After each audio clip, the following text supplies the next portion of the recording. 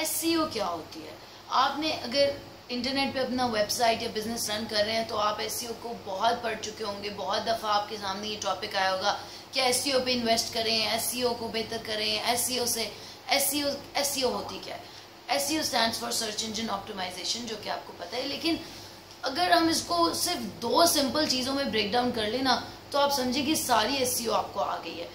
सबसे इम्पॉर्टेंट बात पहली कि आपके पास जो वेबसाइट है उसको कितनी अथॉरिटी वेबसाइट्स बैकलिंक करती हैं। सो इंटरनेट पे चीज़ों का एक नेटवर्क होता है, जैसे जाला होता है ना, वैसे ही एक जाला होता है ना, ऐसे एक वेबसाइट आपका है, एक वेबसाइट उसका है, एक वेबसाइट इसका है, एक ढेर सारे वेबसाइट्स हैं, छोटे छोटे छोटे छोटे।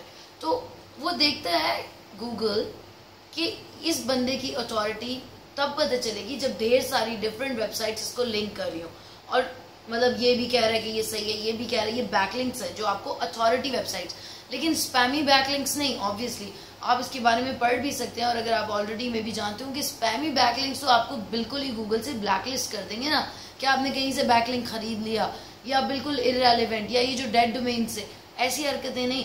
आप प्रॉपरली अपनी अथॉरिटी अपनी नीश में बिल्ड करें, लोकल जगहों पे अपने आप को लिस्ट करें, अपनी लोकल कम्युनिटी में, अपने रेलेवेंट नीश में आप अपने कम्युनिटी बिल्ड करें, लोगों के साथ आप बैकलिंक्स एक्सचेंज करें।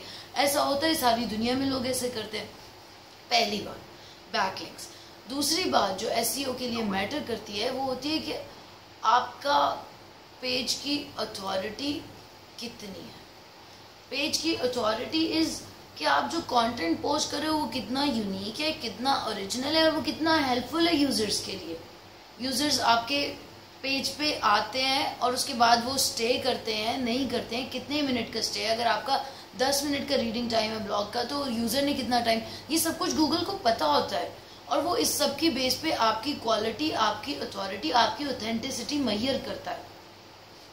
सेकेंडली एक और जो थर्डली इंपॉर्टेंट बात है वो ये है कि एसईओ में हम कहते हैं कीवर्ड्स नेवर। कीवर्ड स्टफिंग जो है वो आपको सबसे ज़्यादा नुकसान देगी, क्योंकि ये बहुत पुरानी बात होगी हमारे मुल्क में। एक हमारी बदकिस्मती ये है कि हम पुराने ट्रेंड्स को पकड़ते हैं और हम उनके पीछे चलना शुरू कर देते हैं। दुनिया चांद पे पहुंच जाती है और हम अभी यहाँ यहीं पे चीज़ें ढूंढ रहे होता है। तो प्लीज़ आप किसी पुराने आर्टिकल्स को उठा के पढ़ के ये मत समझिए कि कीवर्ड स्टफिंग करके आप कहीं रैंक कर जाएंगे। You will be only wasting your time and efforts. अगर आपने कीवर्ड्स यूज़ करने हैं तो आप उनको यूज़ करें अपने मैटर टाइटल में, अपनी मैटर डिस्क्रिप्शन में, अपने इमेज टैग्स में। मैटर टाइटल वो होता है जो आपके ऊपर यूआरएल के साथ, जब आपका फेविकॉन के साथ लिखा आ रहा होता है कि ये मेरा मैटर टाइटल है, जैसे मेरा web design and development company, the next idea. Matter description होती है 160 कैरेक्टर्स की, यूजली 155 से 160 कैरेक्टर्स की, जिसके अंदर आप बताते हैं कि मैं करता क्या हूँ। यानी मैं द नेक्स्ट आइडिया हूँ, मैं वेब डिज़ाइनिंग और डेवलपमेंट की सर्विसेज प्रोवाइड करती हूँ लोगों को। बस वो एक्शन वर्ड से यूजुअली स्टार्ट होती है, बट आपको उसको बहुत ज़्यादा लंबा करने की और बहुत कॉम्प्लिकेट करने की ज़रूरत नहीं है। जस्ट कीप इट प्रिसाइज कि गूगल को बताओ और लोगों को बताओ, दोनों को बताओ कि ये क्या पर्पज़ क्या है इस वेबसाइट का या इस पेज का।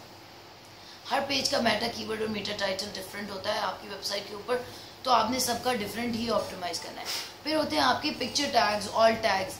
जब आपने कोई पिक्चर अपलोड की तो ऐसे ही उसका नाम 1 2 3 नहीं लिख दिया, DCIM नहीं लिख दिया जो आपके कैमरे का नाम था, बट आपने उसको लिखना है web designing services 1, web development services 2, black Nike shoes, red colour jacket, white khaddi dupatta, stuff like that, ताकि आपके यूज़र को और गूगल को दोनों को अगेन पता हो, ताकि जब गूगल पे आके कोई बंदा लिखे वाइट खड्डी दुपट्टा तो वो गूगल उसको आपकी पिक्चर दे सकता हो, क्योंकि वो रेलेवेंट है। जो सबसे इम्पॉर्टेंट बात है एसईओ के लिए भी और इंटरनेट पे सक्सेस के लिए भी, कि आप कभी भी ये ना समझे कि आप गूगल को ट्रिक कर सकते हैं, क्योंकि गूगल को आप ट्रिक नहीं कर सकते। इसका एल्गोरिथम बहुत बड़ा है और हम सबसे बहुत ज़्यादा स्ट्रांग है। So what you have to do is कि आपने अपनी नीश के अंदर अपनी प्रोडक्ट के साथ आपने यूनिक और अथॉरिटी और ओरिजिनल कंटेंट पुश करते जाना है। इट डज नॉट मैटर कि आपने बहुत हाई फाई कैमरा से पिक्चर ली हुई है, आपने जैसी मर्जी पिक्चर या वीडियो बनाई है, बट वो अगर ओरिजिनल है, वो यूनिक है और उससे किसी को हेल्प हो रही है आपके यूजर्स के लिए, तो इट्स मोर देन इनफ।